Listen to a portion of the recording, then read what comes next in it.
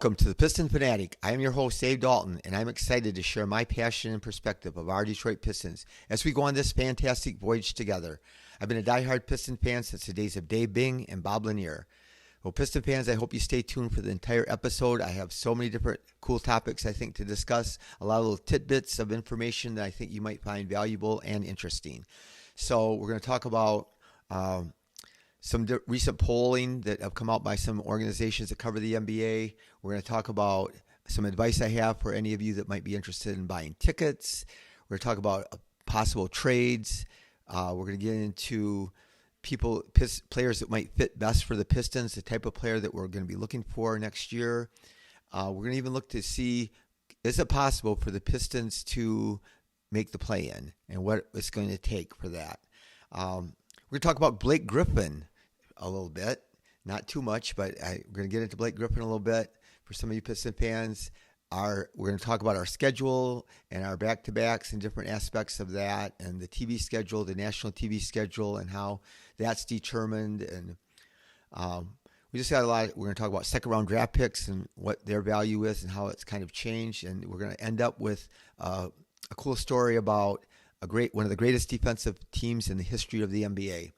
But first of all, let's go. Bleacher Report just released a article, and they marked the top 10 guards that are under 25. And naturally, Luka was number one, and he should be. And followed by Anthony Edwards, the Ant-Man, who's doing really good for the U.S. team right now. A lot of people think he's going to really break out and do great. John Morant, that's just a freak of nature and a really talented player who hopefully he gets his personal life in order. He's going to be suspended the first 25 games. Therese Halliburton, who I just enjoy watching play. I mean, there's not many players in the NBA that aren't Pistons that I enjoy watching play more than Therese Halliburton. LaMelo, he can really pass the ball and he's fun. Darius Garland was next, and Scoot was next. And Scoot, I think, is going to be terrific and a lot of fun to watch. And then Cade Cunningham, and he was 8th, and then 9th was Jalen Williams from OKC, and then Josh Giddey from Oklahoma City. So those are the top 10 that they have ranked, and it's cool that Cade's there, and especially considering he missed, he only played the first 12 games last year. I think that he is going to jump a bunch of these guys. So, I would take him. I just believe in him, his leadership, and what he does to a team, and plus his skill and his talent is undeniable. So I do think that he is going to pass some of these guys. I even think that he, as far as winning a championship, it's going to be, it's really hard to determine because there's so many factors with who's on the team and who's not. Luka's never really played with very many talented players. Still Dallas has Kyrie, but their roster is not very good. And he still got him to the Western Conference Finals a couple years ago. But I think that he is going to be more of a factor in winning than even Anthony Edwards, who's a gifted, talented player. And again, he's played great. And I think Therese Halliburton is the kind of player similar to Cade that kind of binds a team together as a great leader. And, I think by his unselfishness, I think players, I think that creates a culture that helps the team. But I think that Cade you're going to watch after this year. Cade will still be only 22 next year. And so he's going to leapfrog these guys. He's going to leapfrog Darius Garland for sure. And then he's going to leapfrog LaMelo. So LaMelo's gifted, but he takes a lot of shots, just jacks up shots, and he is a good passer, but he's, I don't know. I think he's not focused on defense the way Cade is. So I just think he's going to pass him. A lot remains to be seen. Scoot still is up in the air. I think Scoot is one of the most talented players and is going to have a great NBA career, but I don't know how good his outside shot's going to be. He's a little bit undersized, but I still think he's going to be a lot of fun to watch, but I still think I would probably rather have Cade. So this next year is going to tell a lot, and I think all these polls would change over a year. But ESPN experts, they did a polling. They took a bunch of the guys that cover basketball for ESPN, writers and commentators, and they did a poll. And when they did their poll with a lot of guys, Cade, for most improved player, Cade got 53% of the vote for most improved player, and followed by Jabari Smith with only 11, and then Evan Mobley, and I think Jabari Smith is going to really have a breakout year. He had a real disappointing year last year, but again, I talked about this. He really lit up the Pistons in the summer league, but he had a lot of talent going in. I liked him coming into the draft that year, and he did struggle, but there were a lot of factors, and I just think he's going to really have a breakout year this year. And Evan Mobley, he is phenomenal. I mean, I would love him to be on the Pistons, but his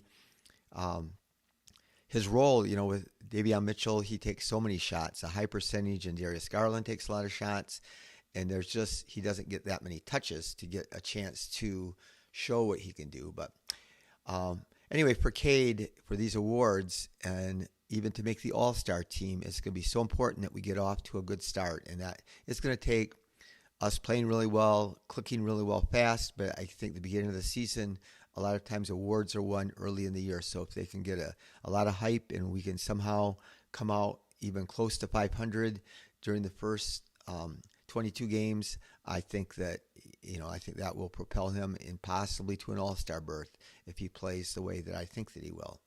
So again, the hype he's gotten playing against the FIBA Cup team, I think that's really helped him. And then he's there again. I haven't seen it yet. I'm still waiting for to see the videos of him playing.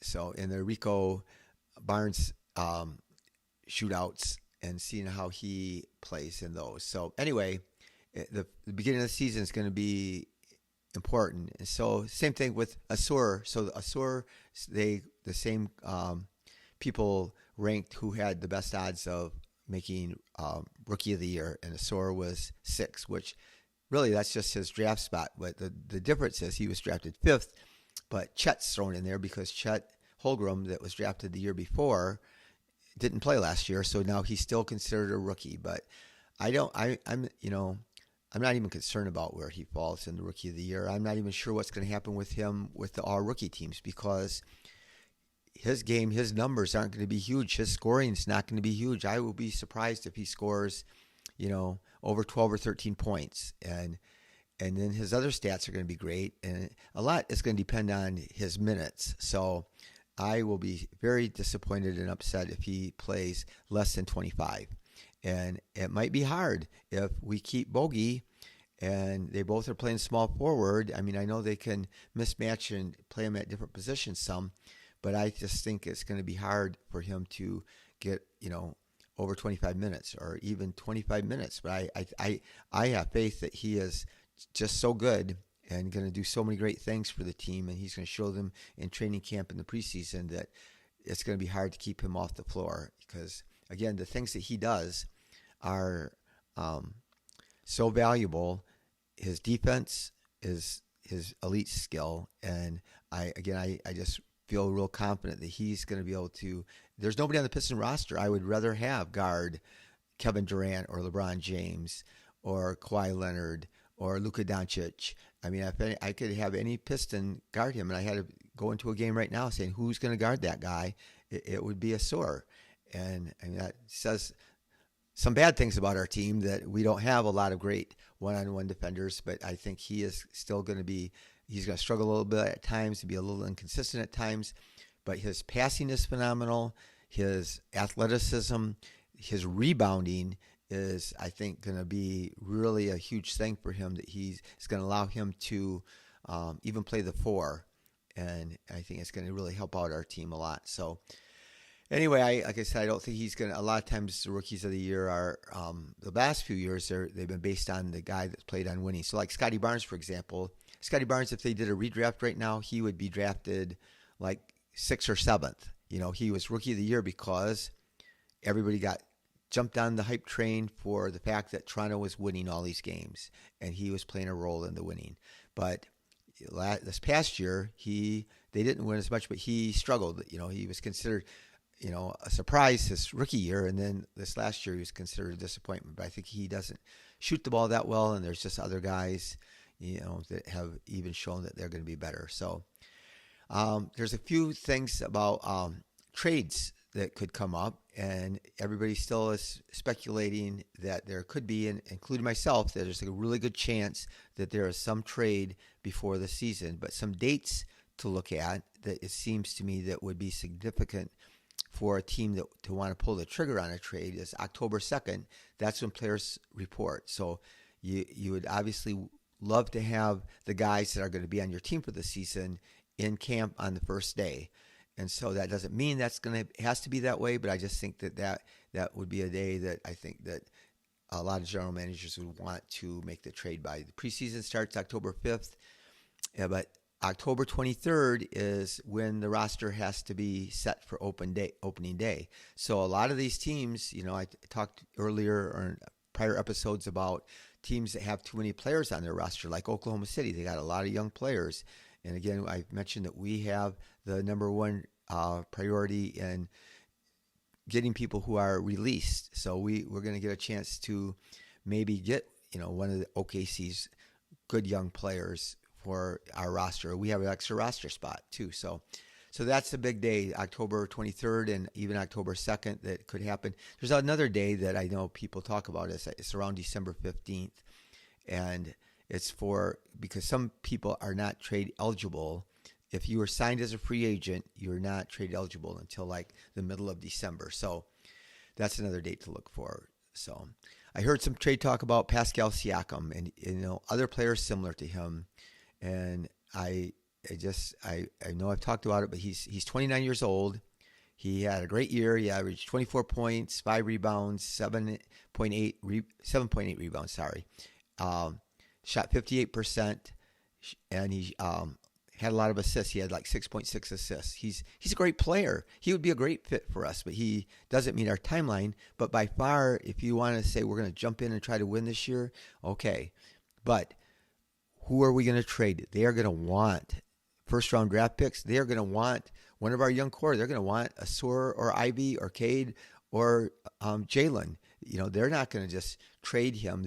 And I think they're making a mistake. I think Toronto's made a mistake by waiting this long to make that trade because he's a free agent at the end of this year, and he's already announced that he does not want to. He's going to go through free agency. He wants to make himself on the open, see what he's worth on the open market, and see who might want to sign him. So that's another big thing. So why would we trade some of our young assets for a guy for a 1-year rental?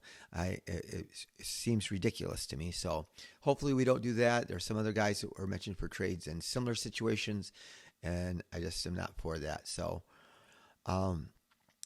there's some guys that I think fit our team perfectly that we need to look for, and maybe this is the right type of player that we're looking for.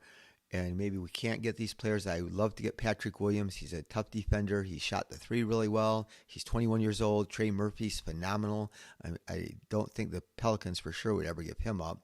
But there's players like Wiggins, and Andrew Wiggins that plays for Golden State. That's the type of player we want. Or Mikal Bridges. I love Jalen Williams, that he actually plays 2 or 3, the shooting guard or the small forward. But he's another great all-around player that I think would fit what we need. So anyway, people are talking about, and there's a lot of optimism right now with a lot of Piston fans can we make the playoffs? Can we make the play-in? And the trick is the NBA is so well balanced and there's so many good teams that, there's 15 teams in the East. I made a mistake last episode. I apologize for that. I was kind of rushed trying to get the new schedule out, and there's 15 teams and 10 teams only make it the play-in. So 5 teams are left off. So that means there has to be 5 teams in the East that we have a better record than. And I think the East had been kind of getting better, but I think this year the East has taken a little bit of a step back, and I think the West is better. So I think it's much harder to make it, going to be much harder to make it in the playoffs and the play-in in the West than in the East. But the whole league is way more balanced, and there's just going to be lots of parity, lots of teams with the same records or within 2 or 3 or 4 games, there at the bottom. So it's going to be very challenging. But if we do want to get into it, the team that looks like the weakest probably is the Wizards, and they're still got Jordan Poole and Kyle Kuzma. So that's going to be they're going to be able to upset teams on. And they have some other good players there. But anyway, a lot of people anticipate that they're the one team that they're confident is going to be tanking. So the Hornets, they have had, their organization hasn't been run very smoothly. Michael Jordan's not there anymore. He sold his share, but they still have Alonzo. Alonzo was hurt a lot last year, and they still won quite a few games. Miles Bridges is suspended the first 10 games, but he's coming back. And they got their rookie that I really like, Brandon Miller. So they're good. The Pacers, so these are the teams we're going to have to leapfrog, are the Wizards, the Hornets, the Pacers, the Magic, who finished really strong last year, the Raptors, the Bulls, the Hawks, the Nets, and the Knicks. So that is, all those teams are good, and all those teams would be hard to leapfrog. But that's 9 teams, so we just got to finish better than 5 of those 9 if we were luck out. Do I think that's going to happen? No, I don't. I just think we have too many young players, and young players just don't do it. It just takes time, and I think it's going to take us one more year to develop and find out, and I'm going to do an episode on that, probably the next episode, breaking down what players are going to do and what our roster might look like in the following year. So I'm going to quickly jump in and talk about Blake Griffin real quick. I know I'm going to make some Piston fans mad because a lot of you, especially if you've been a Piston fan for the last 15 years, Blake's probably been the best player that you think that we've had and the one star, all-star that we've had. And he was for 1 year. But I have a hard time because, again, I'm the Piston fanatic. I've been a diehard Piston fan since the days of Dave Bing and Bob Lanier. So I've seen lots of great Piston players and lots of great Piston teams. And I don't even consider Blake hardly a Piston. So people that I see, people have these drafts. They're drafting them out from all the Piston greats who, they take turns making picks. And somebody picks Blake Griffin. He's one of the top players to be picked. But Blake Griffin was really had one great year with the Pistons. So we traded for him, and I was strongly against the trade at the time because we traded our number 1 draft pick. We traded Tobias Harris, who was a great young player. And, we traded all the assets that we had to get a player that was aging and max contract, and he's always hurt. And so, and we're at the stage where we needed to break it up. We weren't going anywhere, and that's proven to be true. Just like a lot of these other teams, I talk about teams that are stuck in the middle. The Bulls are stuck in the middle. They got good, talented, older players, but they're not going to make it to the finals. They're not that good. The Knicks, I think they have some chances because they have some draft picks. The Magic are a young and coming team, but there's just a lot of teams that the Wizards, they're kind of stuck. The Hornets are, stuck in the middle. It's just hard, to make it so that you have a team that potentially can make it to the top. But so anyway, Blake Griffin, he in 2017, 2018, he averaged 33 minutes a game, scored 19.8 points. He only played 25 games for us. But he shot 43%, which is not good for a guy that dunks a lot. It doesn't seem like. He shot 34% on threes, which is or a little bit below league average at that time. 6.6 rebounds, solid. 6.2 assists, solid. But he only played in 25 games that year. So that was the year that we traded for him. So then the next year, 2018, 2019, was the year. He was healthy. He played 75 games. He averaged 35 minutes, scored 24 points a game, 46% shooting, 36% from 3, which was his career high. And I think the fact that he was on a team that wasn't very good, that he knew he had confidence in shooting it because I'm sure he had the green light. So he shot more attempts and shot better than he ever had. He averaged 6.6 rebounds, which is really good, 6.2 assists. So he had a great year. I'm not going to deny that. But that was the 1 year, so we go to the next year. What's happened? Blake Griffin gets hurt, 2019, 2020, 18 games, 28 minutes a game, averaged 15 points a game, 35% from the floor, 24% on threes, 4.7 3.3 assists, 4.7 rebounds. Does that sound like an all-time great? And so the next year, his last year with the Pistons, he 21, 31 minutes he averaged. Still, that's a good amount of minutes. That's about what the most players on our team get. He shot only 36% from the floor, 31% on threes. He averaged only 12 points a game. He was playing 31 minutes. He did not go inside the three-point line. I watched those games. It was disgusting. Maybe he was still injured. I don't know. But he was playing. but he passed the ball pretty well out on the perimeter, but he did not go. He didn't dunk the whole year. I know it was not that many games, but he didn't dunk. He just didn't go in the paint. I don't know if he's again scared to get hurt again. I don't know. But so anyway, Piston fans, if you're a big Blake Griffin lover, I don't blame you for that one great year. But to say he's a Piston all-time great, or when you're ranking the Pistons, or when you're drafting Pistons, you're considering him a Piston because he played 1 year. I just don't consider a guy that really played one good year for your team to be one of your all-time greats. But anyway, that's just me. So talking about the schedule again, I know I made a mistake last week on my podcast about saying how many back-to-backs we have. And so we have 15 back-to-backs. So a lot of Piston fans are all upset because 15 back-to-backs, we have the most in the league. So that's the headline. That's what everybody's talking about. Well, guess what? The average is 14. And we're not the only team that has 15. Everybody thinks like the Pistons, and we do get the short end of the stick when it comes to a lot of publicity and different things. But this is not one of them. We had only 13 back-to-backs the year before. But the thing that you have to concern yourself about is 9 out of our 15 back-to-backs are going to be against rested opponents. So, again, I was a high school coach for a long time, and all I know is I would tell my athletic director, if we're going to play a team, if we're going to play back-to-back, I'll do it. Sometimes scheduling is hard, but only if the other team's doing it, because it does make a huge difference if how a team plays and the energy they play with, whether they're playing back-to-back. So 9 teams we're going to play against are going to be rested. And I was hoping, for a lot of the games where if they're playing the Pistons and if they're playing back-to-back, they're going to rest their players, and we saw it happen last year. And so, we're going to have to take a look at that and see what happens. So that's just things that you have to consider. The positive thing of all the 30 teams in the NBA, we're going to be flying the third fewest miles of all the teams.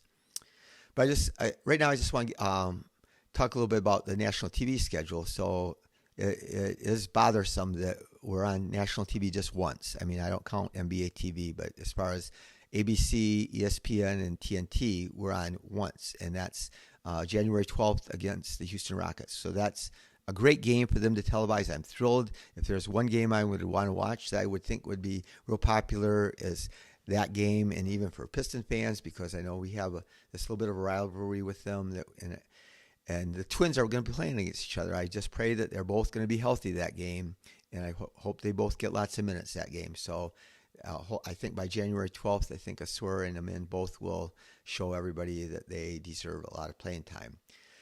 So, but, again, we can get upset, and I think it's bad, but the Rockets, all these teams only get one national TV game. The Pistons, the Rockets, the Hornets, the Pacers, the Magic, the Blazers, the Raptors, and the Wizards, and the Jazz only get 2 games. So a lot of teams that are really good and exciting, and a lot of real NBA fans are going to want to watch the Rockets. They're up and coming. The Magic are up and coming. The Pacers have a chance to be real good. The Blazers have Scoot Henderson, and they only get 1 game, and they have Shaedon Sharpe, who I love to watch play. So it's just the way it is, because what happens? Who gets the games? The Warriors. So the Warriors, they only finished 44-38. They had a late season rush, and they won a bunch of games at the end of the season, and it pushed them up to the 6th seed. But they were only the 6th seed in the West last year, and they get the most nationally televised games. They get 29 of their games on national TV. They get 41 games if you count NBA TV, I think. So that's half their games. But here's the secret. The thing why networks are smart, they're all about making money. But in the last 8 years, 27 games have had over 14 million viewers. Only 27 in the last 8 years. Stephen Curry has played in every one of them. So that's what it's all about, watching Steph Curry. And so they are going to put them on TV all the chances they can get. And so the team with the next most games on national TV is the Lakers. And so same thing. They were the number 7 seed. They were in the play-in last year, and they were only 43-39. Yet they get the second most nationally televised games. So that's followed by the Celtics, and they have 26, and the Suns, who's, it's obvious with Durant and Beal, they're, and Booker, that they're going to be, everybody's going to want to watch them. The Nuggets, who won the championship, they only get 22, and Jokic just fun to watch. But anyway, Cade, his rookie year, I think we got one televised game, and he was the number one pick. And I thought, oh yeah, we're going to get a national televised game just because we got rookie of the year. But we just got one game on NBA TV, I think. I can't remember for sure. But then the Spurs, though, because Victor is such a big hype thing, but he still only has 11 games. But they're going to show him playing against Chet and him playing against Scoot. So that's the only game Scoot's going to be on, is because he's playing against Wemby. And so anyway, it's just the way it is. They are calculated in who they're going to show on TV. But I just want to talk a little bit right now about buying Piston tickets. So again, for my lifetime, I have had a lot of 10-game packages. I had a 10-game package when they were at the Silverdome. I got to pick all games I wanted to watch. I got to watch Larry Bird and the Celtics twice, and the only time Magic played, the Lakers with Kareem and Magic and those guys, I got to watch that game. The 76ers had Barkley and Dr. J, and Dominique Wilkins played for the Hawks. They were cool, and I got to pick those games. That doesn't happen anymore. And the seats were relatively cheap because it was in the Silverdome. So then I got tickets, packages, 10-game packages to the Pistons at the Palace when they were really good with Isaiah Thomas and the Bad Boys. And so, but my seats were way up in the end zone, high up in 11th row. That was where my seats were, in the end of the court. That's where my 10-game package. And I had priority because I was a mini season ticket owner from the season before. So this year, anyway, I could get home. I live 3.5 hours north of the Palace, and I live at least 4 hours north of Little Caesars. Plus, it's hard to get out. I could get out in a second at the Palace. I could be going north in like 2 minutes, and to get out of the parking at and fighting the traffic at Little Caesars is much harder. But anyway, so I jumped on. The schedule was released. I was going to see what tickets I could get, and so I knew from before that how they do the pricing on tickets. So I jumped in there and I looked at the Blazers. So I got seats kind of in the corner in the lower bowl, like 13th row, right on the aisle, closest to the center, and $60 for a ticket. So I got $60 for the tickets. Those same exact seats, if you wanted to go watch the Warriors, are $235. So it's like almost exactly 4 times as much to get a ticket for the Warriors. So if you want to get a game and want to get good seats, if you want to watch the Warriors, you can. I did that a couple years ago. I got up for my grandkids. I bought 4 tickets, over $800 for 4 tickets.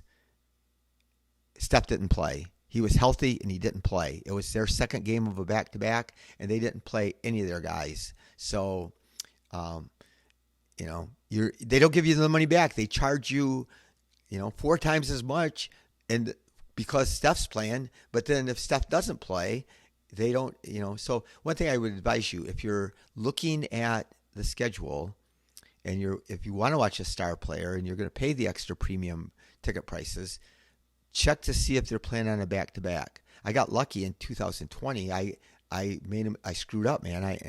I bought tickets for my granddaughter wanted to see the Clippers play, and that was fresh when they first got Kawhi and Paul George. So that, those are 2 of the best players. And so it jumped on his first day they were on sale and tried to get the best seats possible. And so I didn't look until after I purchased the tickets that it was going to be a back-to-back.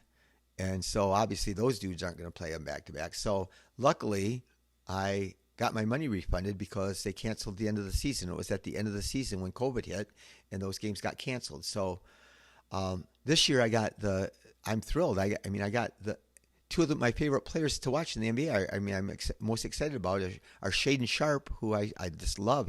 I think in 4 years, he is going to be, you watch, he is going to be an all-star. And he's going to light up the all-star game, I think, even. And then Scoot, I think Scoot has a chance to be just fun to watch and fantastic. I'm not sure, again, how he's going to shoot and how that's going to translate to winning, but he is going to be one of the most fun, exciting players to watch. So I got that game. So they have a lot of tickets, and they'll show it on Ticketmaster that have already been purchased, that are being sold by a second party. For whatever reason, I got tickets to the Suns game, and it's November 6th, and it's my seats are in the corner, but they're down quite a ways, and they're only $100.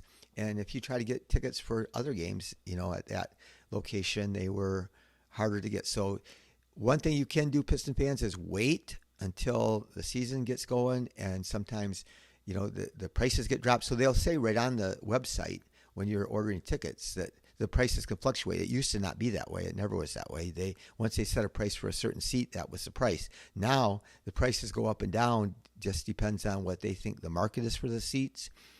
And so I have an Airbnb, and we do the same thing. I mean, it depends on if the seats haven't sold, or the weeks haven't sold, or the days haven't sold. We'll lower the prices, or if we think it's a hot time, we'll raise the prices. So anyway, good luck buying tickets. I know it's fun to be at the games, and I might get tickets for games, but I might wait late till closer to game time when people get stuck with tickets or they need to get rid of them. And then sometimes they drop the prices, so you can go to different places, and there's lots of different sites now that SeatGeek, that sell tickets for lower prices. So anyway, I want to talk real quick about second round draft picks. And so, there are a lot of people kind of undervalued them, but they are, I think it's changing. I think, so you look at this last year, we got Monty Morris for a second round pick, and he is a quality NBA player.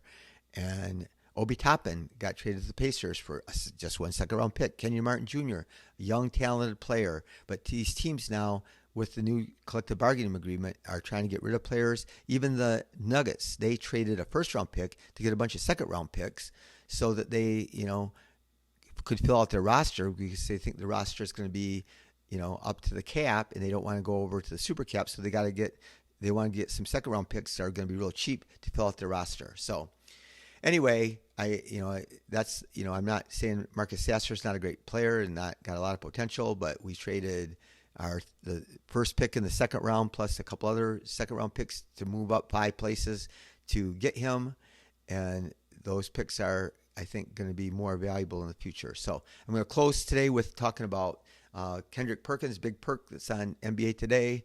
I guess he's entertaining. There's all these smart people out there, and Big Perk, I don't think he even puts in much time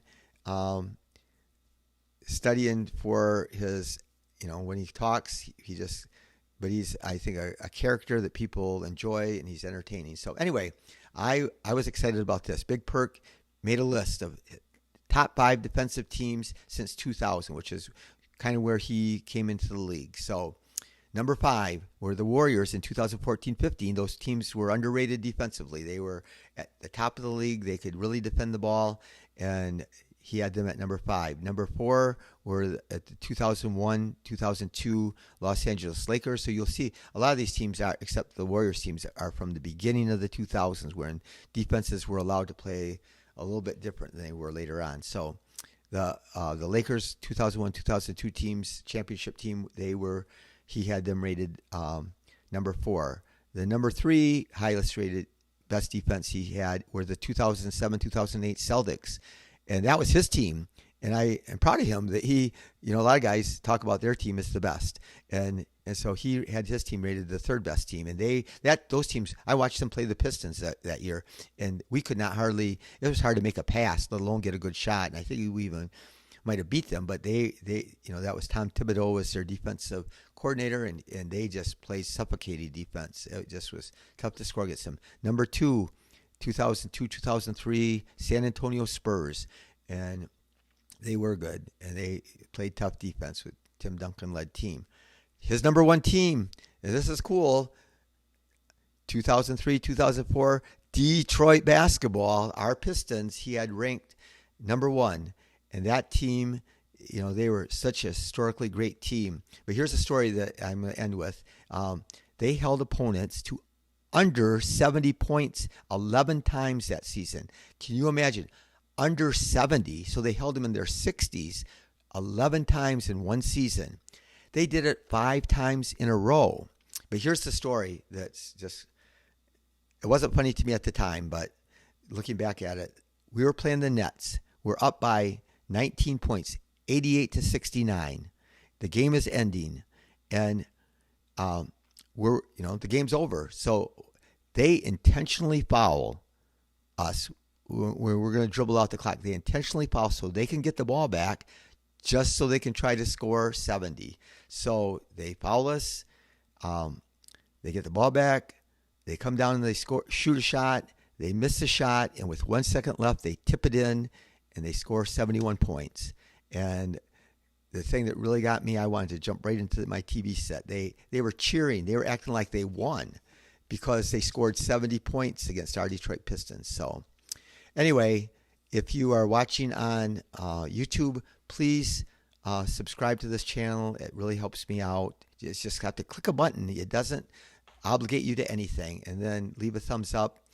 Tell a friend about this podcast, and be the reason that someone feels welcome and seen and heard and valued and loved and supported. You can do that for somebody, and you can help change their life or at least make their day better. And go Pistons.